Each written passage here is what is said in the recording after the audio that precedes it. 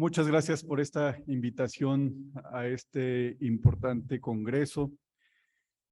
Yo llevo varios años analizando el fenómeno de la violencia y conforme más conozco la dinámica de la violencia, más valoro las parroquias y más valoro la religiosidad popular.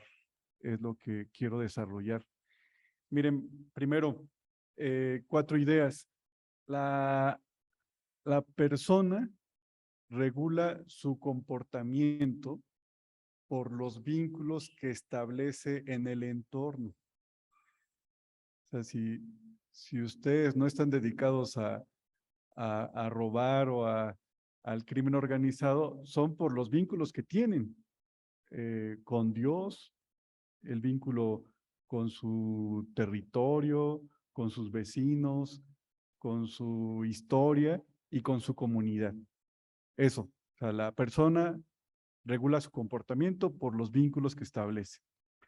Ahora, la violencia tiene en sus raíces un proceso de individualización.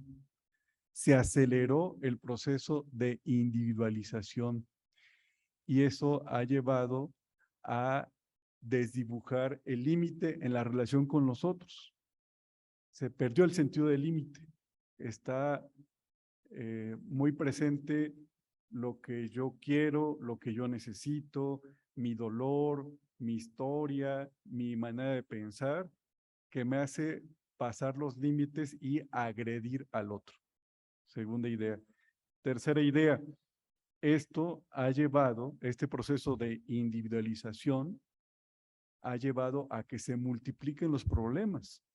Han crecido los problemas en la familia, en la escuela, en la vida religiosa, dentro de la parroquia, en los grupos parroquiales o los grupos juveniles. Se han multiplicado los problemas y también cuarta idea, se han debilitado los sistemas que regulan esa conducta. O sea, se ha debilitado desde la palabra.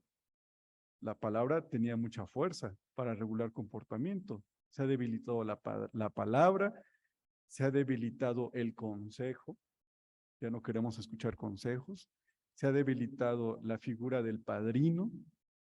Se ha debilitado la figura de la autoridad, del sacerdote, del policía.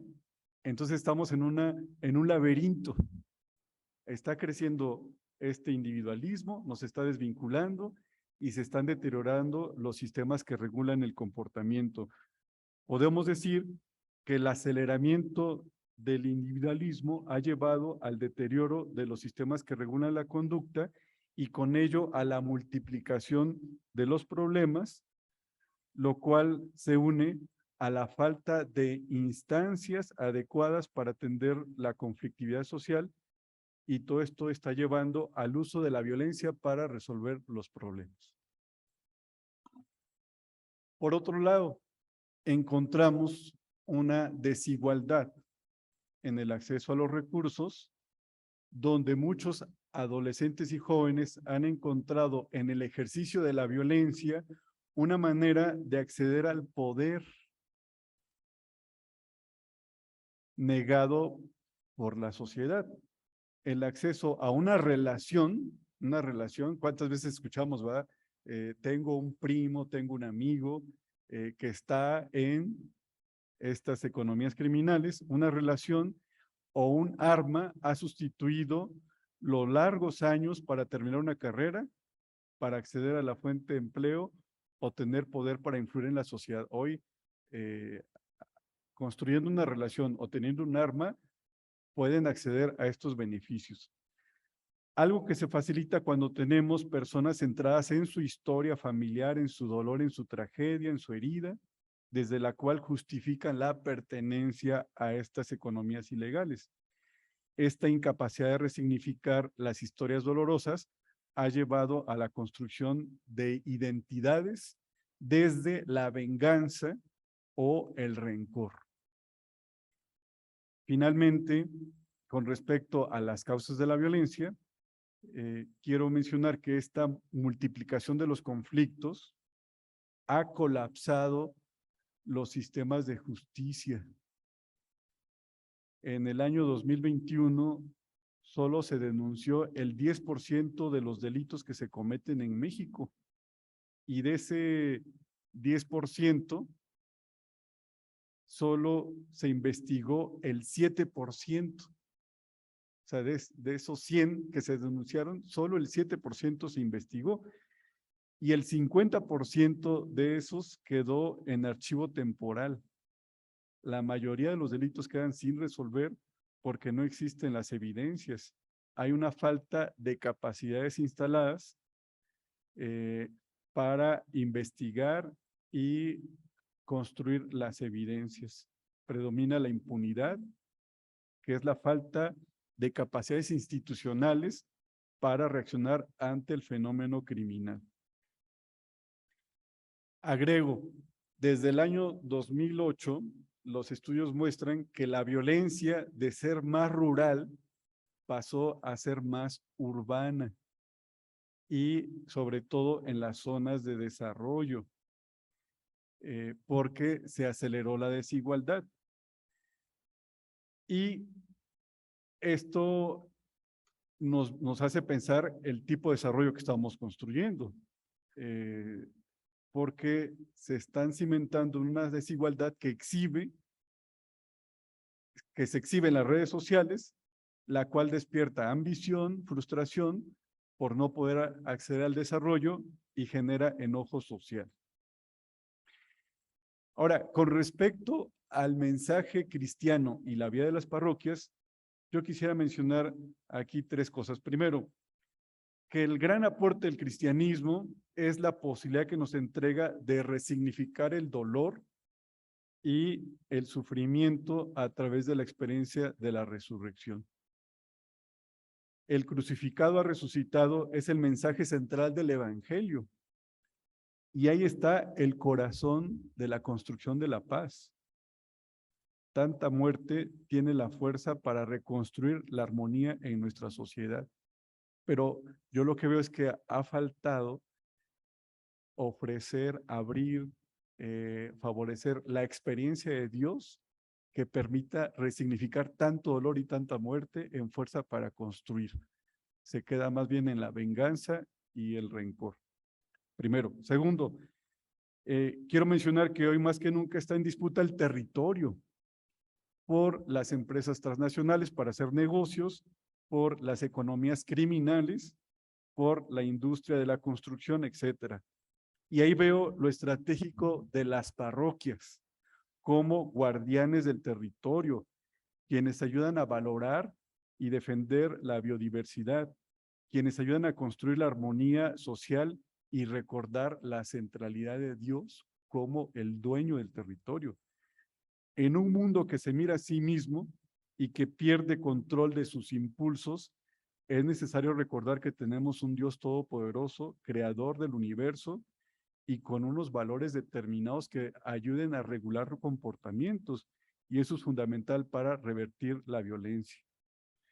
En tercer lugar, la construcción de la paz necesita de miradas profundas y procesos a largo plazo.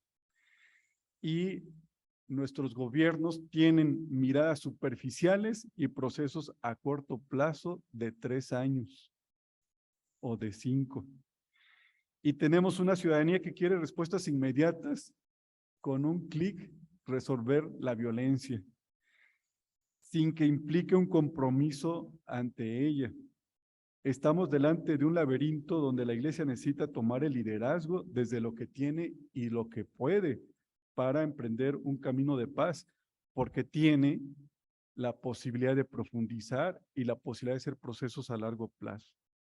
En este sentido, veo 4 retos para nuestro país, donde el mensaje de Jesús y la misión de la iglesia tiene mucho que aportar. El primer reto, ayudar a ser conscientes de lo que mis palabras y mis acciones provocan a los otros. Estamos en un déficit de conciencia de lo que eso provoca a los otros. Urge que las personas aprendan a ser conscientes de lo que sienten, de lo que la palabra del otro les hace sentir y de lo que sus palabras y sus acciones hacen sentir al otro. Se posiciona cada vez más la actitud impulsiva y esto hace que con facilidad se dañe al otro. La conciencia surge cuando recupero mi vinculación con Dios, con la tierra, con mi historia y con la comunidad. Ahí surge la conciencia que regula el comportamiento. Segundo, es necesario atender la cultura del diálogo para la transformación del conflicto. Es necesario fomentar la empatía, la base de toda la empatía, la escucha, la capacidad de crear consensos, el acuerdo, de tal modo que permita atender los conflictos y transformarlos en nuevos acuerdos de convivencia. No solo se trata de tolerar, sino de aprender a resolver problemas juntos. Y tercero, generar redes de mediadores. Ante este debilitamiento de los sistemas de mediación, se necesita fortalecer redes de mediadores que ayuden a regular conductas, y ante el colapso de los sistemas de justicia, es necesario identificar y formar a personas capaces de apoyar en procesos de mediación, los cuales faciliten el diálogo y el acuerdo entre las partes. Se necesitan mediadores familiares, mediadores vecinales, escolares, laborales y eclesiales. En la iglesia también hay muchos conflictos que por no tener instancias de mediación derivan en que la gente se aleje de la iglesia. Cuarto, es necesario mejorar el sistema de justicia. La iglesia tiene una sabiduría en la reparación del daño, y ante la crisis del sistema de justicia es necesario repensar el sistema que necesitamos para reparar los daños y los delitos cometidos. Esto implica procesos desde la reconstrucción del tejido social, la creación de sistemas de mediadores, el fortalecimiento de las policías municipales, las capacidades de investigación de las fiscalías, atender la corrupción en el sistema del Poder Judicial y revisar los procesos de reinserción social en las prisiones.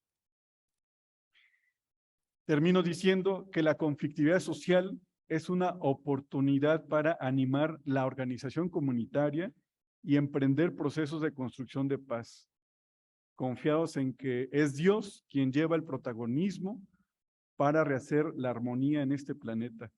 Se trata de sumarnos al dinamismo de cuidado que hace posible la vida y volverse a levantar para continuar el camino.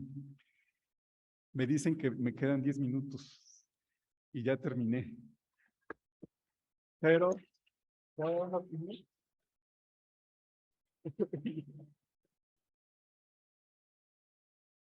aprovecho solo 5 minutos.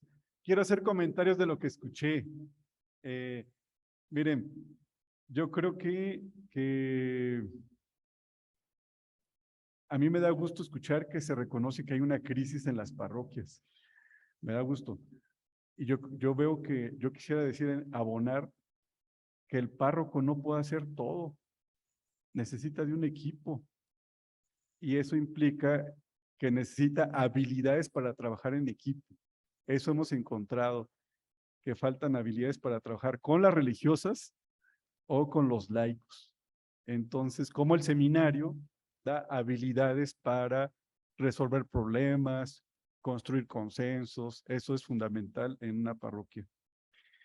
Después, yo diría que en el fondo está la imagen de Dios que estamos transmitiendo y con la cual estamos formando a nuestros futuros sacerdotes. El Dios tiene que ver con el culto, el Dios tiene que ver con el Dios encarnado. Por eso yo, cuando escuchaba al señor cardenal, decía la pregunta, ¿cómo ser fieles al don de Dios que he recibido? Yo decía, sí hay que preguntarse cómo ser fieles, pero también hay que preguntarse cómo responder hoy al llamado de Dios que aparece en los acontecimientos de la historia. Y la parroquia es una pregunta constante porque la realidad cambia constantemente. Y si hoy tengo en mi parroquia un problema de adicciones, pues necesito ver cómo Dios me habla ahí para prepararme como sacerdote o formar un equipo que responda a la realidad de las adicciones. Es un ejemplo. O sea, la parroquia tiene que ser flexible, pero eso depende de la imagen de Dios que estamos transmitiendo. Si es un Dios encarnado, nos va a obligar a cambiar, pero si es un Dios que tiene que ver con un culto inmóvil, pues claro que vamos a seguir haciendo lo mismo. Las parroquias que están controladas, que tienen controlados sus territorios por el crimen organizado, ¿qué pueden hacer? Porque muchos curas dicen, no, ya no puedo hacer nada. El crimen organizado actúa cooptando el territorio, cooptando las relaciones de la comunidad y cooptando las relaciones institucionales con gobiernos locales sobre todo. Y ahí, cuando me han preguntado, yo les he dicho, miren, ¿qué se puede hacer en un territorio que está controlado por el crimen organizado? Ocupar el espacio público. ¿Cómo? Con la religiosidad popular. La procesión, el rosario, el altar, eso ayuda a la gente a bajar el miedo y no los pone en riesgo, ocupar el espacio ante la cooperación del territorio. Hay que ayudarle a las personas a saber resolver problemas, porque el narco lo que hace es resolverle los problemas. Necesitas agua potable, aquí está el cheque. Necesitas construir la capilla, aquí está el donativo. Necesitas la cancha de fútbol, aquí está esto. Viene el Día de Niños y doy regalos. Necesitamos ayudar a la gente que resuelva los problemas por sí mismo, recuperar esa habilidad para resolver problemas de su familia, de su calle, para que no cómodamente quiera que se lo resuelva al otro, y se necesita la relación con las autoridades. Necesitamos abrir consejos, espacios de diálogo con las autoridades locales para que se sientan comprometidos también con ciertos liderazgos y vayan regulando su comportamiento. Gracias.